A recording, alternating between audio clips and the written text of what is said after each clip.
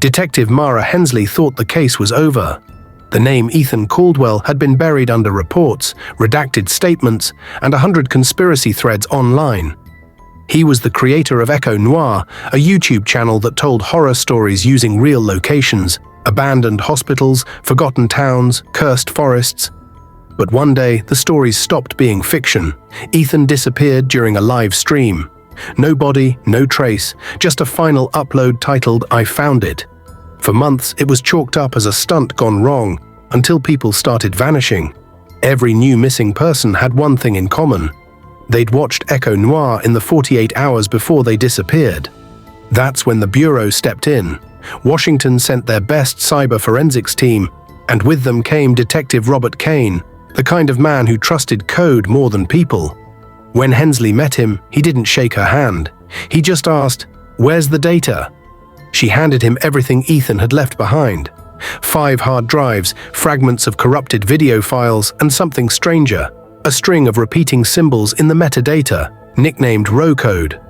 Robert studied it in silence. Lines of binary pulsed across his monitor like a heartbeat.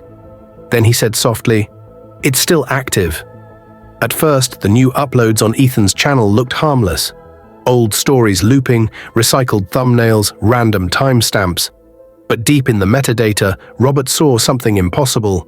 Each new video file traced back to one physical location. Not a server farm, not a satellite relay.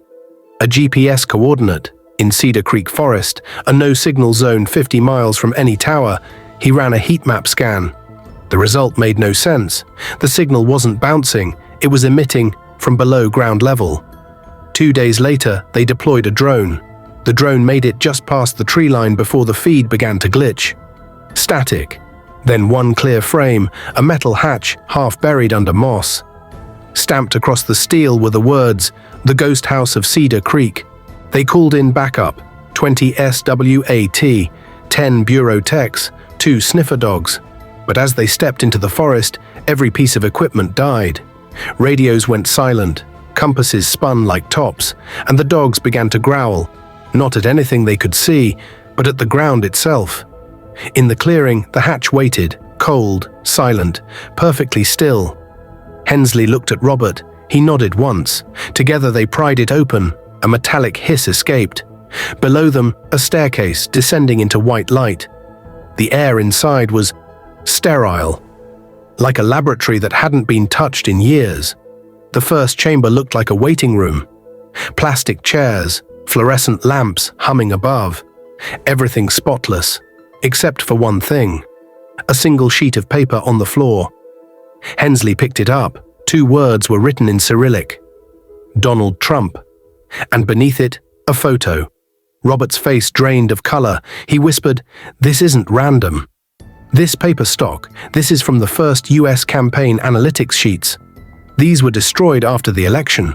Before she could ask what he meant, the floor beneath them began to hum. The entire chamber, chairs, lights, walls, started descending. No cables, no noise, just smooth mechanical motion. A digital panel lit up beside the door, level 10, level 20, level 40, level 50. Then it stopped. A chime echoed. The door ahead slid open with a soft hiss. They stepped out into a vast underground corridor lined with glass rooms. Each one looked like a set. Bedrooms, classrooms, studios. Inside each, screens played clips from EchoNoir. Only these weren't videos, they were live feeds. In one, a woman sat crying in front of a camera, repeating Ethan's last words, "I found it." In another, Robert saw a reflection of himself, on a monitor that shouldn't exist. Every room they passed was colder than the last, and then they reached the final door. It was marked simply ROWECODEMAINFRAME. Hensley typed her override. The lock disengaged. Inside was a chamber of glowing monitors, and in the center a single chair facing them. A man sat there motionless, headset over his eyes. Cables ran into his arms, his neck, his spine. Hensley whispered, "Is that—" Robert finished for her. "Ethan Caldwell." Robert checked the pulse monitor. It was faint, slow, alive. Ethan's voice crackled through the speakers, a whisper looping over static. I didn't upload the stories. The house did. The lights flickered. Every monitor switched to live camera feeds of the SWAT team still above ground. Only they weren't moving. Each stood frozen in place, eyes open, mouths slack. And one by one, their body cams went dark. A high-pitched tone filled the chamber. The countdown on the wall began to flash in red. "Uplink in progress," Robert yelled. "It's broadcasting." The last thing Hensley saw before the power died was her own face appearing on the nearest monitor, mouth opening to scream. Static swallowed everything, then silence. The signal from Cedar Creek was traced to 27 new IPS that night. All of them uploaded one file. Title: The Ghost House Lives. Subscribe to EchoNoir.